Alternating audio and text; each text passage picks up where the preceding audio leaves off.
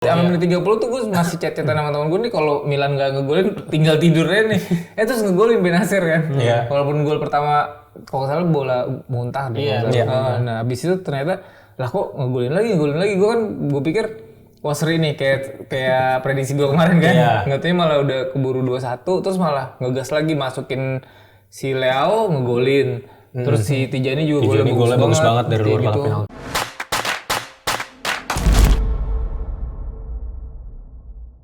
Halo Tifosi, welcome back to Pinball Opini Football. Kali ini gue Aldi sebagai host, masih bersama teman-teman -1 sebenarnya ya. Kadang ada Rangga yang kembali ke episode Pinball lagi akhirnya. Tanya dulu dong, lu kemana aja lu? Mana lu? Cacar juga, sakit hati banget. Sekarang justru malah lagi happy lah gua karena terpasti kita tidak bisa masuk Eropa sesuai dengan prediksi saya. Benar. Happy gua. Ada Bang Barah nih yang lagi ngasep. Sama lu doang punya plakat 20 gua. Lu berapa? Plakat apresiasi. Plakat apa tuh? Veteran. Bajakan lu lagi 60 ya. Komunitas Vespa 60. Vespa tahun 60. Videonya ada videonya. Nah, maksudnya video apresiasinya ada. Ada tadi. Pakai helm perang. Kan veteran. Veteran. Fire. Dan satu lagi ada Reza. Fans Sassuolo. Yang akan delegasi musim ini Sassuolo ya. Belum tentu. Episode kali ini kita akan bahas rekap Giornata ke-36. Ada ini dulu nggak? Apa tuh? Table? Nggak ada ya? Ada table. Ini table. Ada nih. Tavolo. Ini adalah table sementara karena saat kita tag ada beberapa tim yang belum bermain ya. Seperti Monza, Fiorentina. Dan Atalanta Fiorentina juga belum dipertandingkan kan karena masih laga tunda. Ini ya Inter 92 poin, bawahnya AC Milan, Bologna 60. Udah, berhenti. Dan akhirnya ini sesuai ini dia kemauan mereka. Dengan target yang diinginkan oleh Allegri. Juve turun ke posisi 4 akhirnya. Walaupun dengan Selamat untuk Juventus dan Allegri telah mencapai target yang diinginkan. Karena dia orangnya tuh nggak mau sombong, dia nggak mau overachieve. Nanti diomongin sama tetangga apa dia sesuai dengan target yang diinginkan. Atau nanti dia malah dipush sama ininya malah terlalu tinggi. Bonus gede, KPI terlalu tinggi. Nanti musim depan minta gede lagi. Gitu. Jadi sepasnya aja, bener sih. Betul. Bagus. Pintar ini dia. Kerja cerdas. Sesuai tupoksi. Nggak perlu yang muluk-muluk. Tapi sebelum kita lanjutin ke episode pembahasan yang selanjutnya, gue mau ingetin dulu kita ada link Saweria di bawah, di deskripsi juga ada. Jadi kalau ada teman-teman yang punya rezeki lebih dan mau support kita bisa ke Saweria itu. Nanti kalian bisa ngasih komentar atau pesan-pesan yang bakal kita bacain. Benar. Episode kali ini ada nggak? Ada. Alhamdulillah. Kita bacain ya. Selalu akan ada pundi-pundi uang yang akan kita bacakan. Thank you banget nih. Betul, langsung aja kita ke Juventus lawan Salernitana yang berakhir imbang 1-1. Nah ini orangnya nggak ada, kenapa ini? Sebentar nih, katanya kemarin udah mau comeback nih. Cuma mental dia. Sebenarnya Cacar udah. Sit. Tang. Parah diomongin. Parah.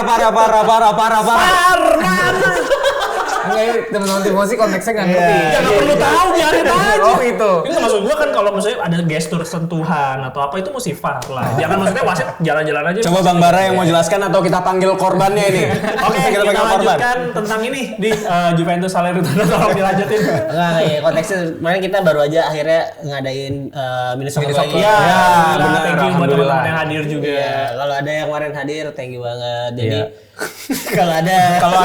kalau kemarin ada tuh berarti tahu tuh yang lagi kita omongin. Iya, nanti tulis di komen aja kali. Parah. Itu asli deh. Tantrum. Sesuai dengan timnya lah.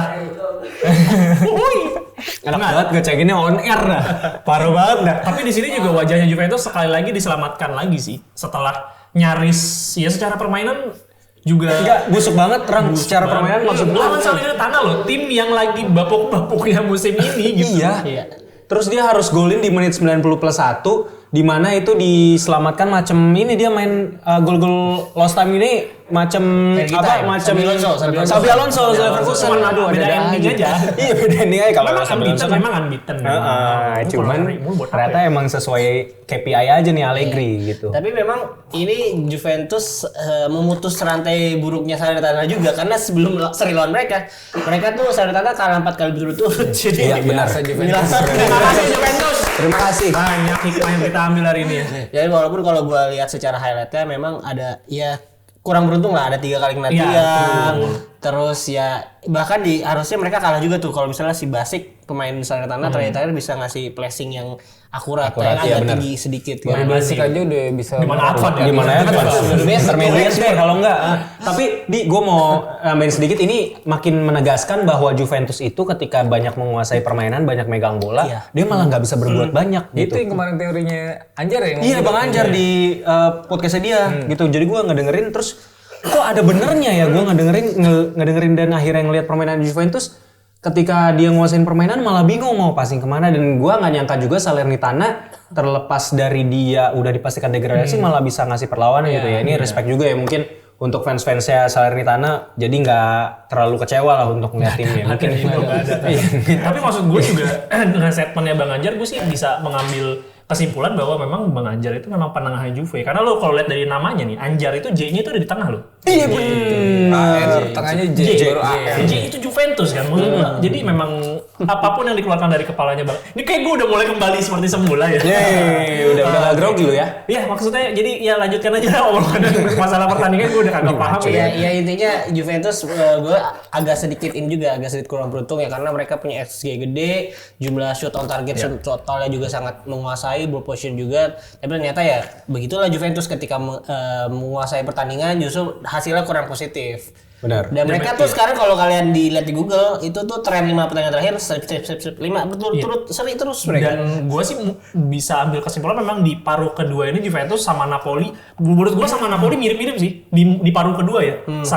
Sama-sama bermain lebih dominan, sama-sama sebenarnya secara permainan juga ya kalau Juventus lebih membosankan sih, tapi setidaknya tidak digerus abis-abisan gitu loh. Tapi sayangnya nggak pernah meraih hasil yang diinginkan atau positif. Kayak either seri atau mungkin menang juga harus susah payah setengah mati padahal peluangnya sebegitu banyaknya. Jadi emang lagi unlucky Juventus aja sih. Iya betul. Di pertandingan ini spesifik sih unlucky Juventus sih. Iya, tapi unlucky terus. Unlucky terus. Nah itu maksud gue apa yang salah? Nah itu gue nggak tahu, karena kalau kita move sedikit ke pertandingannya Napoli, mungkin Juventus nggak terlalu banyak lah ya. Di Napoli juga di pertandingan Napoli lawan Bolonya. Yang salah apa tuh? X-nya gede. Di luar pertandingan Bolonya kan lu bisa lihat di pertandingan lawan Roma, terus yang seri lawan Verona, gue lupa deh. Pokoknya ada beberapa pertandingan yang secara peluang banyak, secara permainan juga bermain lebih dominan, tapi apa sih nggak pernah menang aja. Dia apalagi spesifik lawan Bolonya, gue sangat bangga kembali Napoli memecahkan rekor yang tidak pernah terpecahkan selama 14 tahun, yaitu tidak pernah kebobolan selama 15 menit, 2 gol selama 15 menit awal pertandingan. Terakhir itu di 2010. Jadi ini dipatahkan kembali oleh tim yang Scudetto, dan ini sudah bisa kita ambil kesimpulan bahwa Napoli sebagai juara terburuk lah ya. Di era modern Serie A modern kan sebelumnya ada terburuk karena ada Torino kan sebelumnya. Tapi kalau Torino itu tahu nggak kenapa dia force major lah harusnya. Nah betul, ada kejadian orangnya nggak ada semua baru jadi Scudetto terburuk. Masalah ini kan orangnya masih hidup semua ya, maksud gua. Dana yang maksudnya nggak ada dalam kondisi kakinya kagak ada, maksudnya orangnya normal gitu, kakinya 2, palanya 1, normal. Tapi kondisinya memang masuk ke Scudetto terburuk. Iya benar. Tapi kalau di luar teknikal, maksud gue sangat maksudnya respect dengan permainannya Thiago Motta. Buat gue efektif, bukan bagus tapi efektif di pertandingan ini. Buat gue efektif banget. Secarut marutnya petahana di Indonesia pun nggak ada petahana terburuk, adanya PLT terburuk kalau. Itu maksudnya juaranya dikasih kan?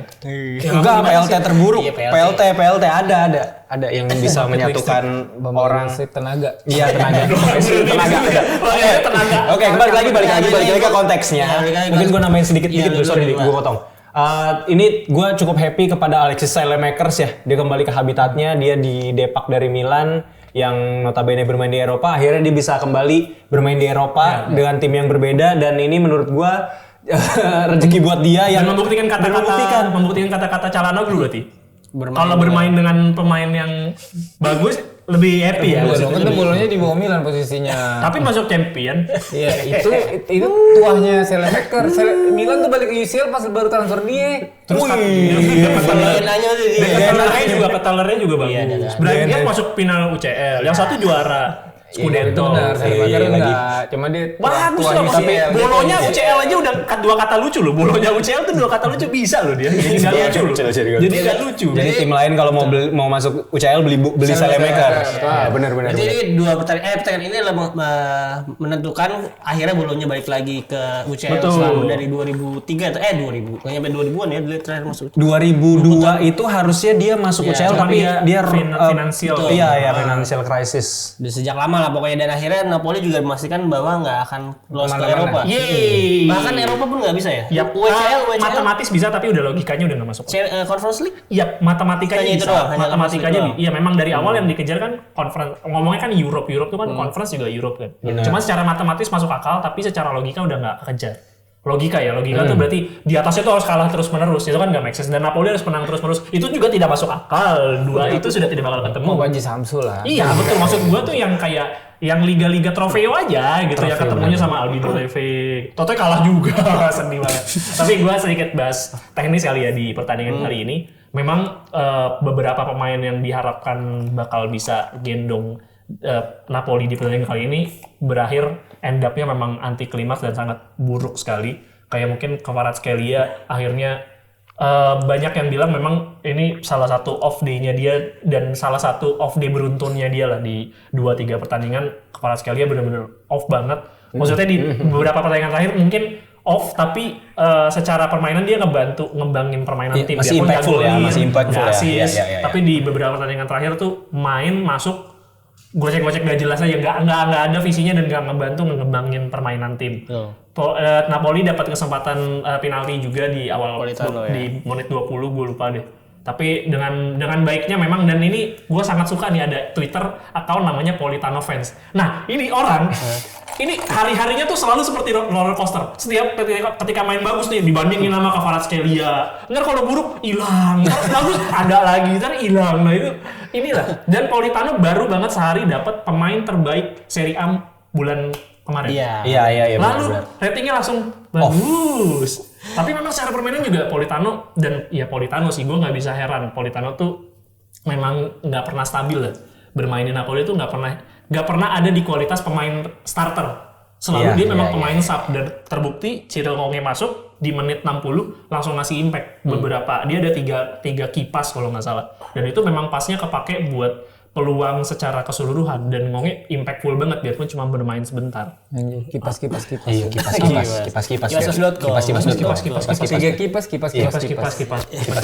Bener. Ini apa sih, mau kemana sih arahnya? Tapi Kvaratskhelia kayaknya mau ke Milan Bang, besok dibeli nih kayaknya. Enggak, jadi dasarnya Kvaratskhelia PSG, Osimhen, Osimhen nggak tahu kemana. Liverpool lagi gantiin King Salah. Kemungkinan memang bakal ini sih cuci gudang sih Napoli sih. Orang ada desas-desus tau nggak? Skorupski mau ditukar sama Meret coba. Ini udah kagak masuk akal. Tapi Skorupski bagus. Tapi maksud gua enggak lah. Enggak make sense lah buat gue. Tapi kemarin yang dapat penalti juga bukan Skorupski kan? Si Rafa Klia ya? Iya, Rafa Klia. Itu gue nggak tahu kenapa dia malah dimainin. Apa cedera juga? Mungkin gue. Udah dikasih bukan Skorupski juga. Iya, juga sih. Tapi selamat buat bolonya untuk masuk ke Champions League. Divisi 2 lah, 0-2. Oh iya benar. Masih 0-2 menang, maksud gue ya itu. Maksud gue pasti menang seperti itu. Nah sekarang kita bakal bacain ada teman-teman yang udah ngasih sumbangan kita. Bukan sumbangan, support lah ya. Support lewat Keluarin aja gitu ya, Saweria. Nah ini ada, sekali ini kita bakal bacain 3 orang ya. Ada Jos ngasih 5.000, thank you Jos Guardiol. Komen Forza Inter. Selanjutnya bacain aja. Ada dari Campione Scudetto 2024 ini. Serie A lebih di atas IPL dibuktikan dengan 5 slot UCL. Forza Inter, Forza Serie A. Semangat terus abang-abangku. Thank you. Terima kasih. Berapa tuh? Saya setuju Serie A di atas. Si Campione ngasih berapa? Campione ngasih 51.020. Gila. Kenapa ya? Ada 20 aja. Ada settingannya itu. Tapi 51-nya apa? 51-nya apa? Tahu enggak 51? 51-nya Inter. Saya bilang non Inter. Ya siap. Siap. Biasa dari ini kayak mas kawin bang, jadi pas-pasin gitu kampret. Terakhir dong. Bang Arnold, thank you banget Bang Arnold. Biasa. 20.000. Terima kasih as usual Bang. Ini agak menyombong memang. Sudah menjadi partner pramusim yang tangguh. Buat musim depan jadi latihan ya. Cuma Sassuolo yang bisa mengalahkan Inter back to back musim ini. Dan musim depan masih ada Sassuolo di Serie A. Amin. Tapi masih belum bisa ngalahin rekor Napoli, ngalahin semua tim satu musim. Oh iya benar. Biarpun babuk musim ini bodoh amat. Oke, next kita bakal bahas pertandingan yang cukup big match sebenarnya ini saat menentukan posisi UCL kedua tim ini, yaitu ada Atalanta dan Roma yang harus dimenangi oleh Atalanta dengan skor 2-1 ya. Ini gol dicetak oleh mantan pemain Milan yang sepertinya bakal ditebus ya, CDK. Iya, 2 gol bakal diambil sama Atalanta. CDK 2 gol dan 1 gol Pellegrini dari penalti. Mungkin Reza dulu ya. Berarti penalti udah 3 kali ya dia ya. Coba. Pellegrini? Yang kemarin yang di Europa League 2 kali kan? Europa League. Bukan Pellegrini ya? Pellegrini. Paredes. Oke, lu dulu aja. Kalau dari gua di sini ini ketidakberuntungan Roma karena harus menghadapi Charles De Ketelaere yang lagi on fire banget menurut gua. Terus juga ini mungkin gua nggak terlalu mau bahas secara teknis ya, karena sebenarnya secara teknis nggak ada yang salah juga dari Roma. Terus juga tapi di sini Atalantanya spesial banget menurut gua. Pertama itu ada Charles De Ketelaere yang lagi on fire. Ini individual things banget buat dia. Tapi yang mau gua sorot adalah gimana si Gasperini ini akhirnya bisa ngeracik lagi timnya dengan segala keterbatasan yang ada gitu. Kita kan ngelihat dari awal musim dia kurang stabil, akhirnya di pertengahan musim dia di pertengahan musim dia bangkit. Terus juga gue ngelihat secara kolektif Atalanta itu lebih padu sebenarnya secara keseluruhan timnya gitu. Jadi ini yang menurut gue emang nggak beruntungnya Roma lagi ngadepin Atalanta yang gimana dulu gitu, sama kayak gimana Liverpool harus ngadepin Atalanta yang gimana dulu gitu kan, walaupun kita tahu Atalanta nggak selalu stabil gitu. Jadi gue ngeliatnya ini sih, sementara dari Romanya sendiri keseluruhan permainannya sebenarnya secara sistematis DDR udah oke, tapi entah kenapa mungkin ini sama juga dengan apa yang terjadi di Inter waktu kemarin kalah lawan Atletico Madrid. Ya. Jadi kayaknya Romanya sih agak kena mental gitu di sini. Dan tekanan sebenarnya ada di Roma gitu. Roma yang sebenarnya ada di posisi atas, dia kan mungkin harus menjaga asa dan tekanannya jadi ada di dia karena dia yang lebih di atas kertas gitu kan, karena secara klasmen ya. Jadi Atalanta di sini menurut gue bermain juga lebih lepas gitu ya. Jadi dan nggak harus membuktikan diri or something, dan ini bermainnya di kandangnya dia dan ya udah beruntung aja. Bukan beruntung ya, maksudnya Atalanta bisa memanfaatkan itu dengan baik dengan mental state pemain-pemainnya yang menang di UEL. Dan dia bermainnya nggak dengan tekanan gitu. Sebelumnya Roma Atalanta tuh siapa yang menang ya? Yang utamanya seri ya? Berarti kalaupun poinnya pada akhirnya sama, Atalanta yang bakal. Atalanta masih ada tabungan. Dan masih ada tabungan satu pertandingan. Makanya jadi kalau misalkan Atalanta di zona 36 menang, udah pasti posisi 5 udah nggak bakal bisa kekejar sama Roma. Iya, benar. Karena secara matematis udah nggak bisa. Secara head to head udah nggak bisa. Karena kan tadi kalau misalkan yang leg sebelumnya seri ini yang menang Atalanta. Betul. Ini membuat Bang Wai berkabung. Iya, Bang Wai semua. Dari mulai pertama teori konspirasi Roma harus menang. Mau bikin kaos, mau bikin Bang Wai di episode kemarin dia bikin nazar gitulah. Jadi kalau misalnya udah pre-order tapi kayaknya udah bikin. Jadi kalau misalnya Leverkusen kalau menang. Iya, kalau dia menang lawan Leverkusen, dia Magic of Olympico dia mau pengen dia bikin menang 2-0 tuh, dia bilang, "Coy, kerjain." Dia pengen bagi-bagi. Terus dia udah bagi-bagi sama kan. Iya, sama. Ya, Bang. Langsung ada Xabi Alonso time kelar. Nah, tapi oke, lu dulu deh. Iya, maksudnya ini kan nasibnya Roma adalah mirip dengan nasibnya Milan ketika tersingkir dari UEL juga kan, kalah sama Roma. Terus di Serie A lawan Inter kalah 2-1 juga. Jadi Roma mirip lawan tersingkir di UEL, kalah sama tim biru hitam juga. Napak tilas. Tapi kalau gue nanya Bang Bara, apakah tuahnya DDR udah berakhir nih? Kalau lihat dari soalnya kontraknya kan udah diresmiin soalnya. Iya, karena udah ini KPI udah kayak Ole ya. Oh, jadi dia pengen nyari kartap dong, Bang. Nyari kartap. Menurut lu gimana, Bang Bara? Karena dalam beberapa pertandingan terakhir kan lagi performanya lagi kurang baik Roma. Itu efek DDR-nya memang berasanya tidak panjang karena memang semangat ini tidak bisa menjadi pegangan utama. Lu harus create sebuah sistem yang jalan gitu kan. Dan Roma berusaha main possession tapi ternyata tidak mempunyai solusi bagaimana dia bisa ngegolin untuk menang gitu. Iya benar sih. Tapi ini taktiknya DDR ini mungkin juga sama nasibnya kayak taktik Milan awal musim ini Bang. 3 pertandingan pertama menang, habis itu kayak tim-tim lain ngebaca gimana inverted fullbacknya Milan, akhirnya udah bisa di counter. Ini juga yang terjadi sama Roma menurut gue. Oke, mungkin gue tambahin dikit dari ini. Gue udah ngelihat keanehan ini pada saat Roma lawan Napoli. Tidak menguasai pertandingan, permainan berjalan, gue ngerasa satu arah. Napoli itu nggak layak kalah pada saat waktu itu lawan Roma, pada akhirnya seri. Tapi buat gue juga nggak layak seri juga di pertandingan itu.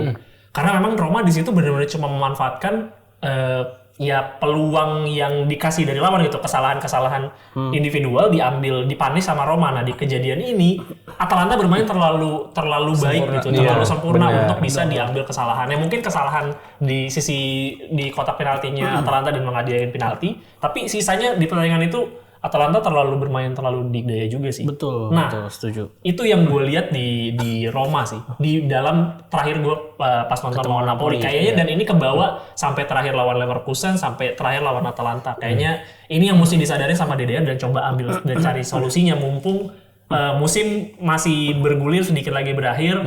Menurut gue Europa League atau UCL buat gue ya it's a good thing lah buat buat Roma gitu loh. Biarpun agak menyayangkan juga gitu keluar dari zona UCL, tapi kalau cara mainnya kayak gini agak disayangkan aja sih. Kalau dia tetap masuk di UCL, lebih baik kasih slotnya dengan tim yang lebih siap gitu. Iya. Kalau menurut gue kalau Atalanta mainnya seperti kemarin ya dia lebih siap menurut gue. Karena gue liat mainnya kemarin tuh Atalanta kayak bener-bener yang lu bilang padu dan sangat bermain secara tim banget gitu, nggak individual, nggak egois, decision makingnya bagus. Bahkan di dalam kotak penalti itu mereka masih bisa passing ke teman, nyari teman yang lebih kosong lagi gitu. Jadi bahkan Scamacca sebagai striker juga dia masih punya visi gitu. Dia nggak ngikutin egonya gitu. Scamacca walaupun kemarin nggak golin, peran dia besar banget di 2 gol itu. Yang pertama ngasih assist ke CDK, yang kedua terupas ke Top Miners kalau nggak salah ya. Akhirnya Top Miners yang bikin assist ke CDK. Jadi Scamacca perannya ternyata bisa kayak gitu. Gue baru tahu juga. Ini Atalanta zamannya Papu Gomez, Dufan Zapata, di mana dia pergerakannya menakutkan, Ilicic ya, Ilicic. Iya, itu dulu underrated player banget itu. Dan ya maksud gue kalau memang Roma masih mau jadi penggendong Eropa ya saatnya di WL aja gitu. Di UCL nggak bisa gendong. Sorry Bang, maksudnya lanjut. Mungkin timnas kita bisa belajar dari pertandingan Atalanta kemarin gitu. Soalnya itu ada Mula Lukman ketika dapat bola passing, dia bukan nge-shoot tapi nyari lagi walaupun akhirnya nggak gol tuh, masih bisa passing di kotak penalti. Belajar dari pertandingan apa? Atalanta Roma. Belajar dari AC Milan Cagliari lah 5-1. Welcome Pioli to Napoli. Welcome Pioli. Akhirnya AC Milan merasakan menang 5-1 juga ya di pertandingan ini ya. Gitu. Pulang dulu. Aja ngomong Bang, abang-abangan gue ayo nih. Soalnya Cagliari itu juga seri, lawan Cagliari susah Cagliari. Jadi berharga. Match ini tuh efek doa ibu. Asli. Itu aja. Asli. Ini keren banget championnya Milan, menurut gua keren banget karena memperingati Hari Ibu ya, Hari Internasional Ibu Itali ya. Hari Ibu Internasional, gue juga. Iya betul. 22 Desember di Desember di Indonesia. Hari internasional ya. Jadi ini campaign yang diadain sama tim-tim Serie A itu nggak Milan doang. Jadi ada Milan, kalau nggak salah Torino, terus gue lupa Juventus, sama ada beberapa tim tapi nggak semua gitu. Ada 9 apa 8 gitu kalau nggak salah. Nah, ya lanjut. Iya, yang lucu yang Leao nama bajunya. Iya kan Sesial. Kata Pioli ngomongnya apa kemarin? Pioli ngomong gini, harusnya kalau misalnya gue tahu surname ibunya itu gue nggak mainin dia. Oh soalnya dia ini ya, soalnya kayak susah mau diambil. Lucu sih, itu lucu sih gue Ternyata Pioli punya selera humor. Enggak, tapi dia memang humoris, terutama ketika melawan Inter. Enggak, tapi maksud gue fans Milan tuh kayak sampai langsung marah. Enggak, lu mah banyakan ngelawak, kerja yang bener. Ya Allah. 5-1 lo ini masih marah-marah lo maksud gue. Ya salah satunya yang kemarin cetak gol ada satu nama yang sangat Indonesia sekali itu Leka Tompesi. Maluku sekali. Nama ibu dari Tijani. Oke, langsung aja gue nanya Bang Bara, kalau dari teknikal permainan Milan kemarin gimana menang 1-1? Ini saya terkejut sih dengan hasil ini. Akhirnya jadi bintang. Karena kan sebenarnya ini efeknya mirip-mirip sama Inter sebenarnya. Karena lu mulai merotasi pemain kan Inter kan, dan Milan juga di sini kan Leo cadangan, terus kemudian si Theo juga main kalau nggak salah. Cedera ya, Theo tuh cedera. Nah biasanya kalau kehilangan gini kan biasanya pincang banget kan. Ini tiba-tiba Pioli emang mau ngebagusin CV sih Pioli buat di klub selanjutnya gitu di Napoli. Lanjut Mak, gue ngeliat sih ini memang Pulisic bermain bagus di IMF dan juga apa ya di sini ya anomali sih kalau gue bilang Milan bisa menang sampai 5-1 karena di menit sampai menit berapa ya? Dia gol pertama menit berapa sih? Menit 35-an. 35. Sampai menit 30 tuh gue masih chat-chatan sama temen gue nih kalau Milan gak ngegolin tinggal tidurnya nih. Terus ngegolin Benasir kan. Walaupun gol pertama kalau salah bola muntah deh. Nah, habis itu ternyata lah kok ngegolin lagi. Gue pikir wah seri nih kayak prediksi gue kemarin kan. Nggak tahu malah udah keburu 2-1 terus malah ngegas lagi masukin si Leo ngegolin. Terus si Tijani juga golnya bagus banget dari luar kotak penalti. Dan kalau kalian aware tuh Cagliari lagi lumayan bagus tuh tren di luar kalah lawan Genoa dan lawan Monza, dia nahan seri Inter, ngalahin Atalanta, bikin seri Juventus, Napoli. Maksud gue trennya lagi lumayan meningkat. Terus tiba-tiba dihancurkan mimpinya dalam semalam oleh AC Milan. Yang Inter aja nggak bisa melakukan ini kecuali ke lawan Milan. Tapi Milan bisa melakukan ini ke Cagliari. Maksud gue itu loh. Mengalahkan Inter. Berarti lebih baik dari Inter gitu maksud lo? Ada in a way lah. In a sense iyalah. Ya tolonglah ada bangganya dikit loh. Pioli loh ini. Enggak. Bangga. Tapi kamu tetap tidak aman. Enggak, justru itu yang kita cari. Napoli butuh. Tapi gue ada baca berita di IFTV kalau nggak salah. Pokoknya kalau ada salah satu pundit yang komentar atau legenda Milan atau siapa gitu. Pokoknya kalau misalnya Milan itu nggak ngedapetin Conte atau gue lupa satu lagi siapa, mending pertahanin Pioli bang. Nah, setuju gue. Oke, ini menurut gue hal yang bagus sih. Mending kita obrolin. Iya. Lah kan lu juga kena sama Pioli Napoli. Enggak, tapi maksud gue, ini jangan bahas Napolinya dulu. Ini maksudnya Milan. Ketika Conte nggak dapat kan Conte ini yang jadi masalah buat Napoli dan Milan. Gajinya itu nggak masuk akal. Dia minta 9 juta euro per musim. Iya. Murah enggak deh mahaling. Termahal bisa dapat 18 dalam semusim. Maksud gue ya duit segitu loh. Yang buat pelatih itu nggak make sense. Paham nih. Tapi kalau gue menilai secara objektif sebenarnya gini ya. Ini mungkin ini tidak populer ya. Tapi sebenarnya Milan under Pioli juga kalau dibilang nggak kemana-mana iya, tapi buruk banget juga enggak gitu. Maksudnya Milan tetap ada di zona Eropa, tetap bisa bermain kompetitif. Sorry Van Bommel kalau nggak salah yang pengen Ibra tuh pengen banget. Nah tapi itu dia sih sebenarnya kalau misalnya dapat pelatih mediocre gitu ya, yang notabene kurang grade A gitu ya, bukan grade A. Jadi mempertahankan Pioli sebenarnya juga salah satu opsi walaupun gue pribadi nggak suka gitu. Nah terus juga ada hal menarik yang kemarin artikel yang gue baca. Jadi ini unik bang, kultur sepak bola Italia ini itu tuh emang ada banyak pelatih Italia itu yang nggak sukses di Italia kalau dia berasal dari luar Italia dan bukan berkarir di Italia sebelumnya. Contoh yang bisa membawa salah satu pelatih dari luar gitu ya, dari luar Italia yang bisa membawa sukses itu ya Jose Mourinho waktu Inter. Tapi sisa-sisanya misalnya kayak Sami Hajlovic, dia kan bukan orang Italia, tapi kan karirnya lama di Italia gitu. Nah terus kayak misalnya siapa lagi? Si Zdenek Zeman juga lama di Italia. Nah jadi sebenarnya kultur sepak bola Italia dan trennya itu tuh unik banget. Nah, jadi kalau waktu kemarin Milan itu ada berita mau ngedatengin si siapa? Van Bommel. Bukan Van Bommel, Lopetegui. Nah, itu jadi diragukan juga. Kan makanya dia langsung iya, benar. Akhirnya gue ada second thought juga. Apa sebenarnya Pioli adalah pelatih terbaik yang harus pertahankan Milan? Tapi saya tidak suka. Tapi itu mungkin satu-satunya hal yang bisa dipikirkan sama Milan sampai saat ini gitu. Karena nggak apa yang lu bisa tawarkan di meja ini siapa Bang Bara? Iya, sebut aja asal aja. Misalnya, ya kalau gue pribadi gue lebih setuju Van Bommel sih karena dia pernah Milan, karakternya dia. Dan juga sekarang dia mana sih Anderlecht atau mana sih lupa gue. Nah, dia juga kagak tahu. Ya oke, gue percaya Ibra lah. Iya, oke. Van Bommel kita taruh ke meja. Ada potensi pasti satu musim flop pasti ada. Siap maksudnya dan manajemennya itu kan manajemen US. Lo tau lah manajemen US dengan terjadi lah itu dengan Roma kan. Iya maksudnya manajemen US tuh yang ngelihat profit sentris ketika kelihatan bahwa timnya turun, pendapatan dari zona Champions bakal menghilang, ya mereka pasti akan kalang kabut untuk ganti manajemen lagi, ganti pelatih lagi. Iya. Mulai lagi dari nol scratch, terus ganti sistem lagi, terus musim depan kayaknya nggak bagus lagi kan.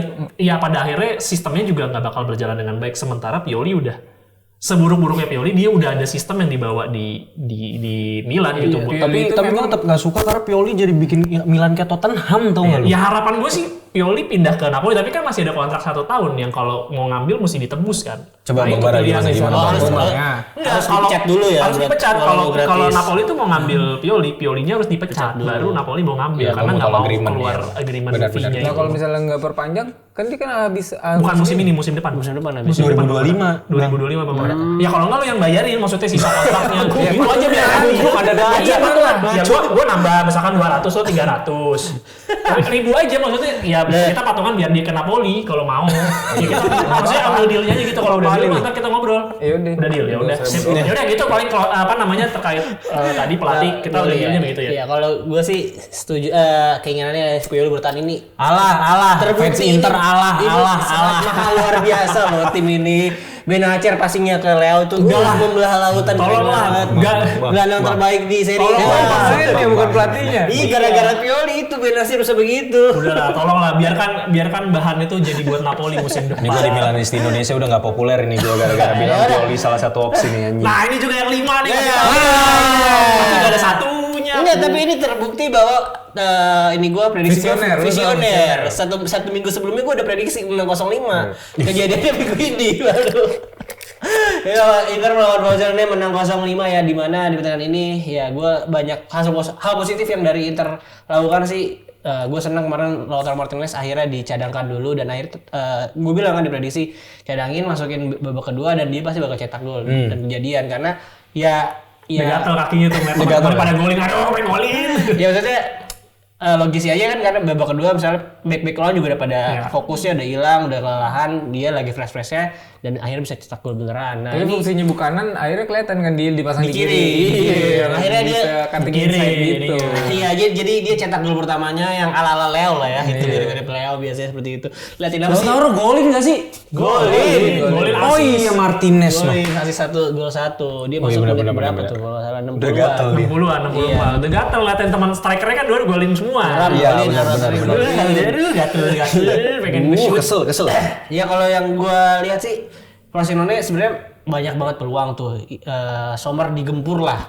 Dan tapi ya Sommer bisa dapat 8 save di pertandingan itu jadi sangat baik. Clean sheet lagi. Frosinone gak mau Napoli aja. Oh Napoli yang 4-0 tuh ya. Dia itu kayak Dira bisa golin 2, golin ini 1 kagak. Iya. Sebenarnya sangat banyak peluang yang sangat membahayakan gitu. Bresciani ini tuh ternyata ini Milan ya. Bresciani Milan. Dan lagi diincar Napoli juga. Dia tuh bagus kemarin dia pressingnya ya di tepi sama Sommer. Jadi ini ngapain sih kameramen kepo banget. Si ini kagak main ya yang pemain Napoli kong? Itu main kayak Dira itu. Cedi. Bukan. Siapa? Satu lagi Valorunso. Enggak, Valorunso kan Astagfirullahaladzim. Terbalik. Ya maaf.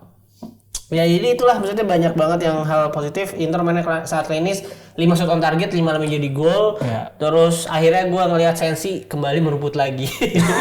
Stefano Sensi main cuma 2 menit ya. 15 menit terakhir main. Lumayan mah itu lah banyak. Dan itu dihitung asis padahal itu gak sengaja tuh yang ke Turan kalau enggak salah. Ya alhamdulillah lah udah. Udah biarin. Oh iya, gua ada desa khusus yang tidak masuk akal. Sensi mau diambil Napoli. Itu kayaknya kemal kecil sih kalau kata gua sih. Tapi di Inter main CB murninya cuma berapa? Enggak masuk akal cuy. Ya karena kirinya aja si Di Marco kan. Kiri Augusto. Makanya CB murninya cuma ya De Vrij doang, bisa juga sebenarnya kan sensi juga. Makanya emang niatnya emang pengen ngancurin sih. Tapi emang ini nyerang banget gitu. Pertandingan ini gue nggak nonton sama sekali karena mungkin kalau yang teman-teman aware nonton live yang tengah malam gue lagi nge-live Como di pertandingan ini. Komonya promosi alhamdulillah. Selamat Yaro. Selamat Como, selamat Parma.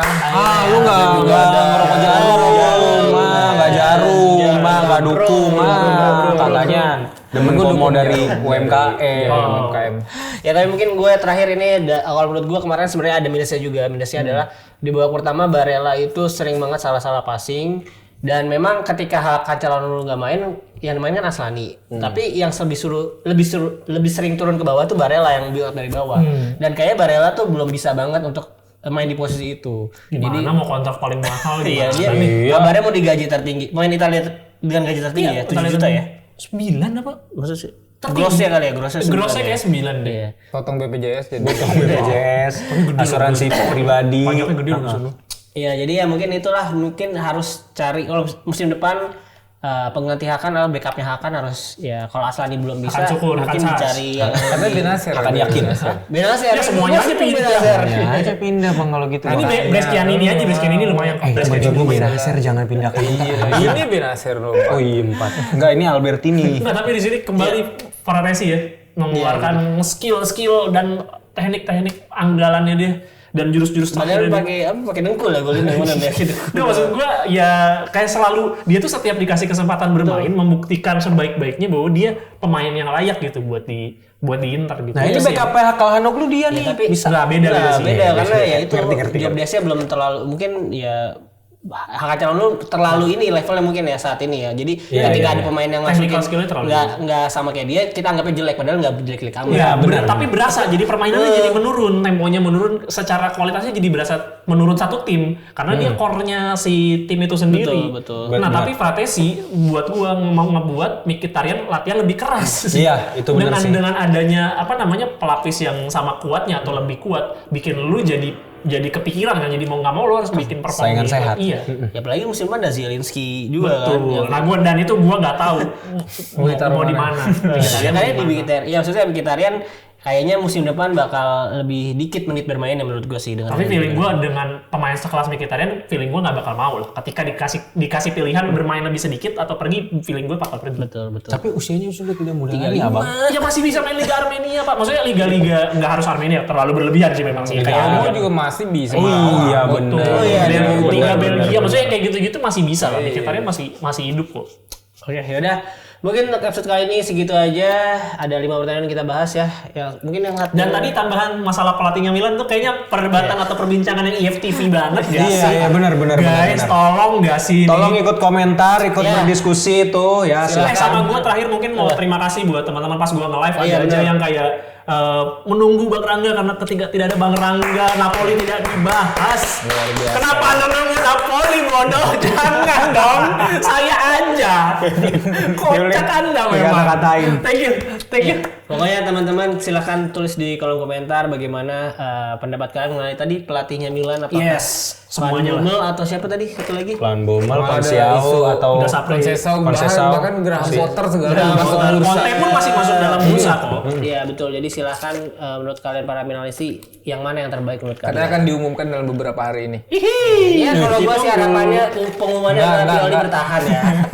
Enggak langsung enggak. Ya udah, thank you untuk Timosi menonton episode kali ini. Jangan lupa subscribe dan nyalain lonceng biar kalian gak ketinggalan tiap ada episode baru. Jangan lupa follow Instagram dan TikTok di pinsport.com untuk dapetin berita-berita olahraga up to date seperti Inter Scudetto. Terima kasih juga asosiasi bagi veteran ya. Thank you banget buat teman-teman. Oke, gua Aldi mau teman-teman di sini mengucapkan terima kasih. See you on another episode. Bye bye. Ciao.